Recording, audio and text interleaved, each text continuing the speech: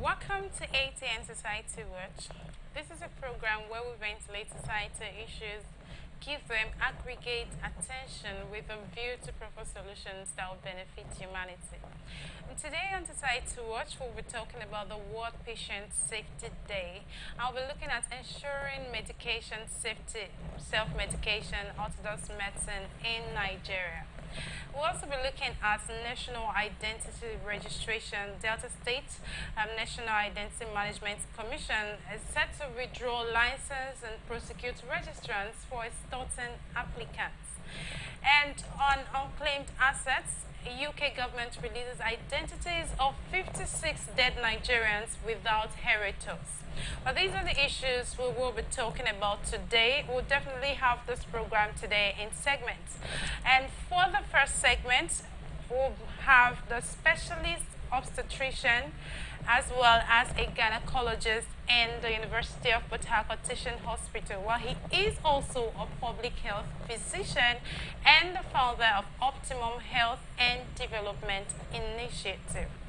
And for our second segment, we will be having with us the State Secretary, River State Branch of Committee for the Defense of Human Rights and a Public Affairs Analyst. I will introduce them to you when we return for this break. From the line across the ocean to the land beyond the mountains, through the Sahara, we bring on-the-spot news, live analysis, expert discussions on trending stories in politics, business, socio-economy, sports, and documentaries. So catch all the updates on the happenings around the globe. Stay focused on the fact today, only on ATN.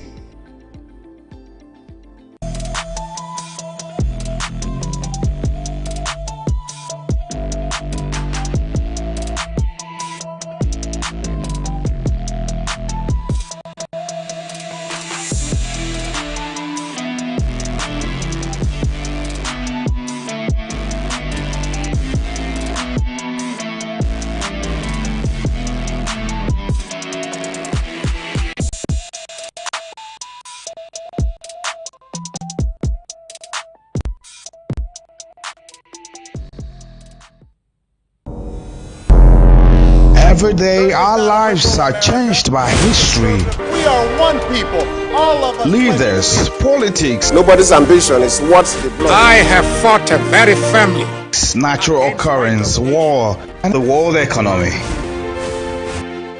I belong to everybody, and I belong to nobody. ATN covers it all on ATN Politics today.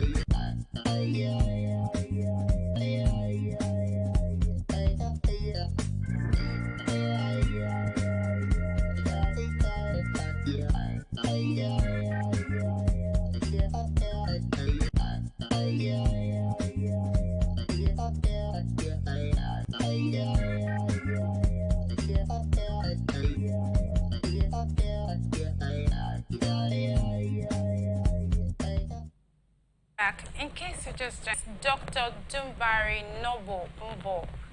Thank you for joining us. Thank you for having me. You're welcome. So let's look at the World Patient Safety Day, which is actually today. And our focus is looking at ensuring medication safety.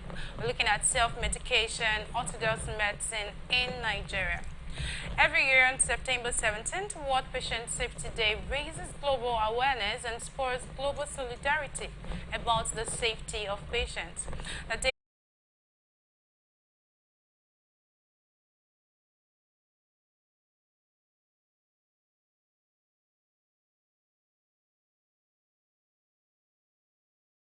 At the point of dispensing the drug, the patient also have been educated on the drugs to be taken. After which, if the patient is inpatient, is admitted in the hospital, the nurses and the doctors, as the case may be, depending on the route of administration, does the administration. As the patient is receiving our drug, monitoring is also followed. And that monitoring is to ensure whether there is compliance, any adverse effect. Now, summarizing all this I've said about this, called the medication system. What I've said about the medication system, how the said in the introduction, adverse drug events, those are harmful effects following drug administration. They are about annually, we have about more than 2 point, just like say 3 million deaths annually. And in managing this adverse, this drug effect now, got about 42 billion US dollars annually, globally. And just like I said, concerning the disparity in healthcare indices, it is more in Africa. And we, over the years, we've had this culture of, not following the right paths in seeking healthcare. Most time we get to somebody by the roadside and person prescribe drug for us. Sometimes, like you said, our relatives, our friends, based on one or two experiences, that ought not to be. In terms of drug availability for patients, we have got over the counter, like paracetamol. Ideally, if a patient had headache, you take the normal dose of paracetamol, then the patient should report to the hospital where the normal pattern or protocol is followed. Like I said, a patient, you take a full history. In the history taken of a patient, you may find out, you may know something they call drug history. I say, is there any drug you are on? Is there any drug you used to react to? Have you received blood transfusion? The essence of the history taking is to help us make a diagnosis, to identify other conditions that the patient may not be aware of that she has. So that when you are administering your drug, you know the right drug to administer. So it's what we practice in this part of the world, but it's not good. Then looking at it also, you may not blame people wholly. Just like the health system in Nigeria is something that is not good. For instance, a woman that is in the remotest community in Iche or Ogoni or Aoda, in the community there is no healthcare, there's no primary healthcare center, there's no manpower. So what do you want her to do? Of course, the instinct to survive, you can easily get to any place and ask, please, I need something like this. And unfortunately, some of them come down with problem. I have seen a lot of them. Particularly when I was doing my service here in Delta State, people came down with, this adverse drug events. All right, thank you very much. We also have joining us on the program the PR personnel of the NMA River State, Dr. Ogechukwu Isokariari. Thank you, Ma, for joining us. You're welcome. Good morning. Good afternoon, actually. All right, so now let's still talking about this medication safety. I happen to know of someone, he was hepatitis B, a hepatitis B patient, and so he went to the clinic for an ailment, say malaria, and he was given a particular drug by a doctor that later reacted on his system, and trying to correct that error was very, very huge on him. So what's your take on the role of medical practitioners when it comes to medication safety? All right, so medical practitioners have a great role to play in medication safety. First of all, the public needs to be aware that we have qualified and unqualified health practitioners parading themselves as qualified health practitioners. So you need to be sure that the person that is treating you or attending to you is actually qualified to do that role, especially patients that visit a lot of patrician. And more importantly, the patient has to be educated about potential side effects of the medication that he or she is on. And as much as possible, what we're advocating in this year's World Patient Safety Day is to reduce polypharmacy. So polypharmacy is when a patient is taking multiple medications at the same time. Sometimes two or more of those medications can accomplish the same purpose. So you may want to stop one probably before commencing another. So the priority here is trying to reduce the drug load of patients to the barest minimum if it can be avoided, and educating our patients about the role of the medications, what is expected to accomplish in them, how they should take it, and avoid patronizing quacks. All right, thank you very much. You talked about reducing the drug load of patients, and I think I like that very much because I personally don't like taking drugs. And so when it's too much, it becomes a problem for me. But again, when prescribing that medication, some side effects are tolerable, meaning that they cause minimal harm, and the patient should continue taking their medications if they experience those mild side effects. Now, there are some side effects that are more serious and may warrant the patient to report back to the doctor and inform them about what they are experiencing. Now, it is the doctor's decision to determine if the patient should discontinue the medication or if there are palliative measures, things that can be done to reduce those unwarranted effects of the drug.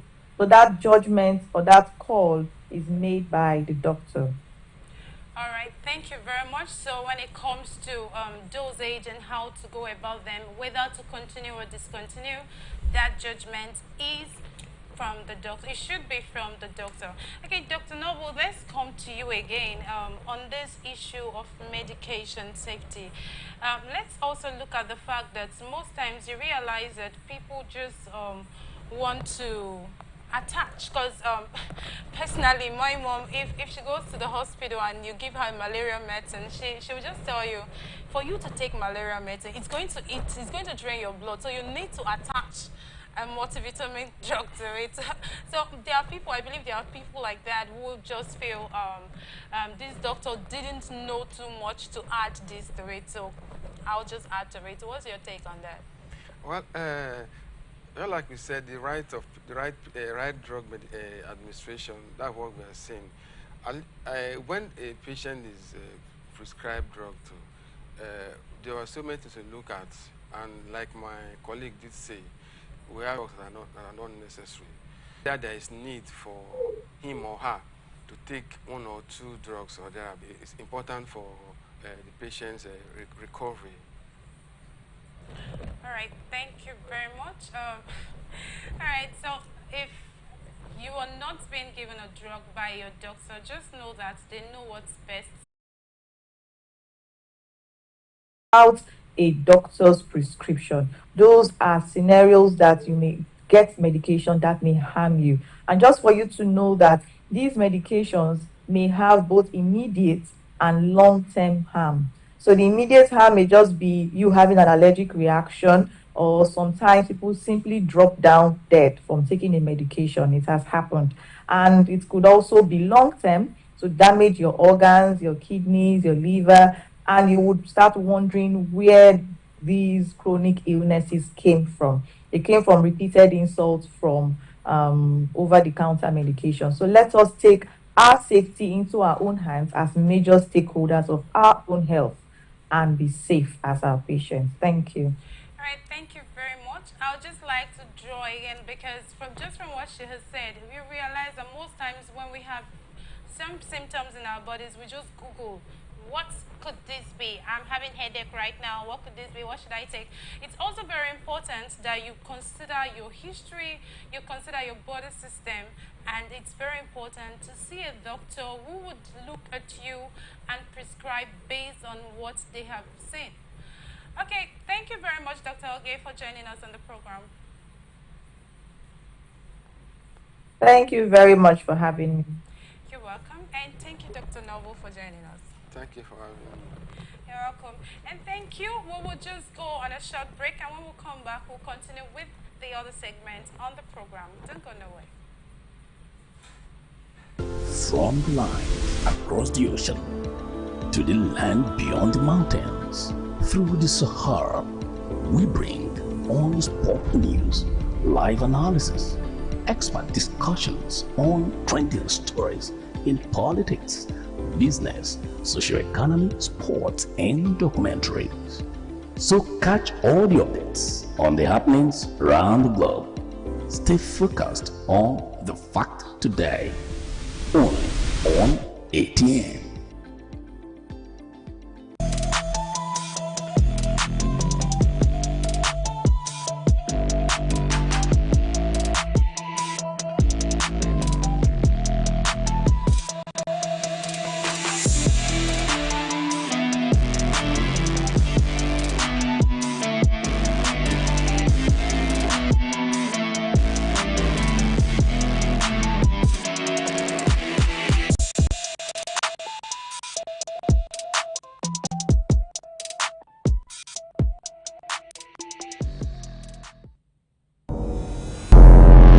Every day, our lives are changed by history, We are one people, all of us. leaders, politics, Nobody's ambition is what the blood. I have fought a very firmly. natural occurrence, war, and the world economy. I belong to everybody, and I belong to nobody. ATN covers it all on ATN Politics today.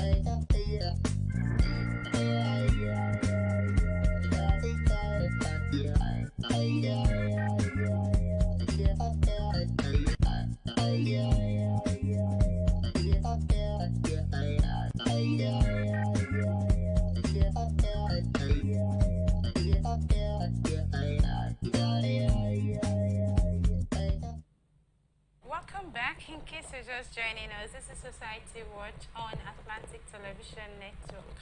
And before we went in that break, we had some doctors talk to us about the World Patient Safety Day and the need to ensure we seek professional. Good afternoon, so good to have you on the program. Okay, so let's look at our other issue, talking about the National Identity Registration. Delta State's National Identity Management Commission is set to withdraw license and prosecute registrants for extorting applicants. The National Identity Management Commission has threatened to prosecute any NIMC vendor found extorting applicants in Delta State. The State Director, Henrietta Okolo, said this on Friday at the celebration of the 4th National Identity Day in Asaba. He said, we have reported cases of vendors extorting applicants. We are investigating them, and any vendors found guilty will have their license withdrawn. If our vendors do not comply with the rules and regulations, we are not only to withdraw their license, we will also prosecute them. We are investigating these cases, and we had asked our supervisors across the local governments to watch out and investigate. We are very careful in these cases so that we will not end up having a lot of legal battles. Mrs. Okolo disclosed that so far about 3 million Nigerians have been registered in Delta, and efforts is ongoing to register everyone in the state. She said that this year's National Identity Day celebration, with the theme Traditional Institutions as Critical Stakeholders for Citizens Mobilization, was targeted to take registration to the creeks and rural areas through traditional institutions. The NIMC State Director urged residents in the state to register as well as collect their national identity card, stressing the importance of the NIN card. And now, looking at this, I'm so concerned about this because there are a whole lot of centers. You just turn around, you find a center, you turn around, you find a center where you would be advised to come do your name registrations and all that. But talking about extorting people, first of all, before I talk about my personal experience with that, let's get your view on that. Well, we want to look at this issue from its science. Let us look at it chronologically and the science of rebuttal. How do I mean? How did this issue of athletes littered left, right, and center in Nigeria, how did it come about all of a sudden?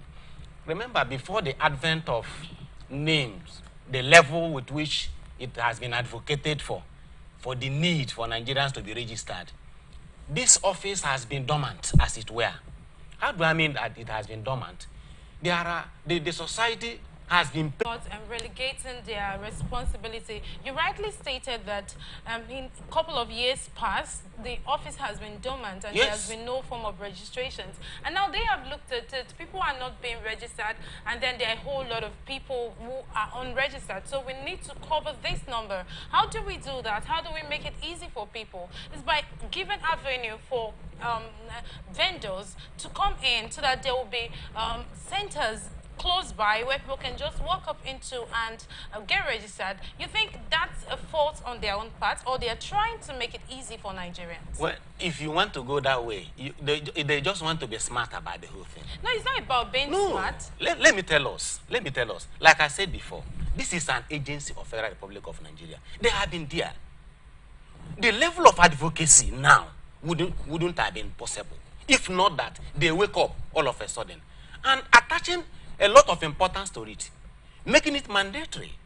As it were, if you are actually a Nigerian, we want to know, we want to get statistics, we want to get the raw data of Nigerians. And of course, without you registering, definitely you are not a Nigerian, as it were. So, just like the organization you run, there are departments, there are offices, there are public relations officers in that office, of which I know very well. To what extent have they done? To what extent have they gone in sensitizing people the need for this registration? And that is why, when issues like this come up, I blame National Registration Agency. What is their work? This is an agency of the Federal Republic of Nigeria that is created. It's an act of parliament, for crying out loud. And what is their duty? Letting people know what they don't know about government. relating people, reconciling people. You know, people have been alienated. There is this communication gap. There must be communication across board. There must be, you know, cross-fertilization of ideas these people have made.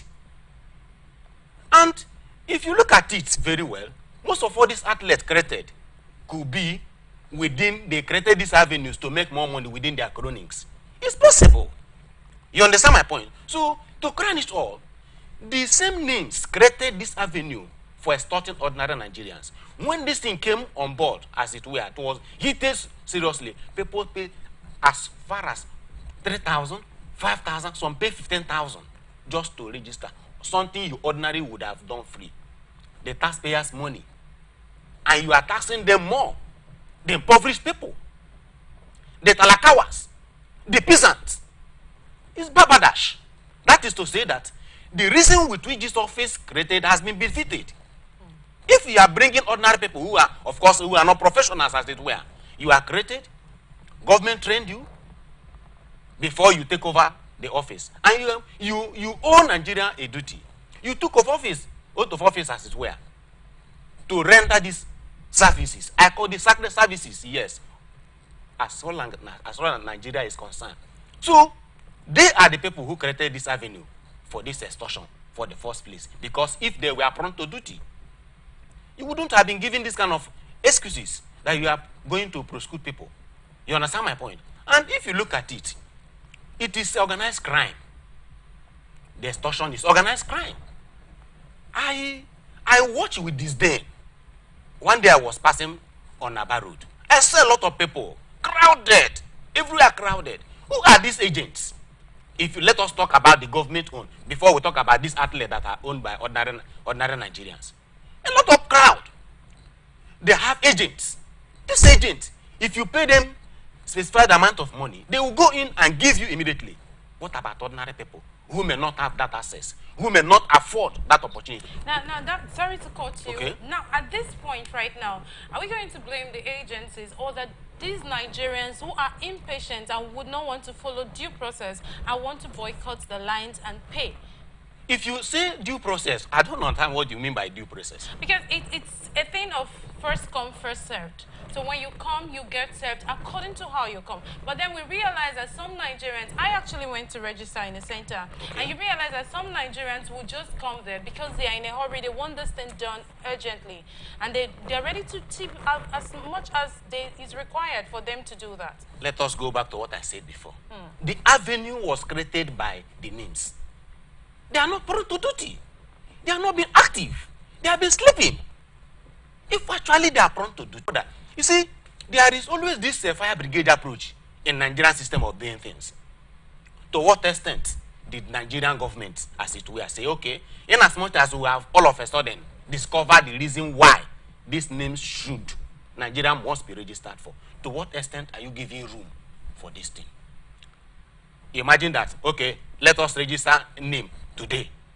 Nigerian government is still telling you that without name, whatever thing you are doing the next 3 minutes wouldn't be possible. Of course, you know that there are millions of Nigerians who are not registered. There are millions of Nigerians who don't even mean. Given this is part of the problems, and then we've also agreed that Nigerians are also part of the problem.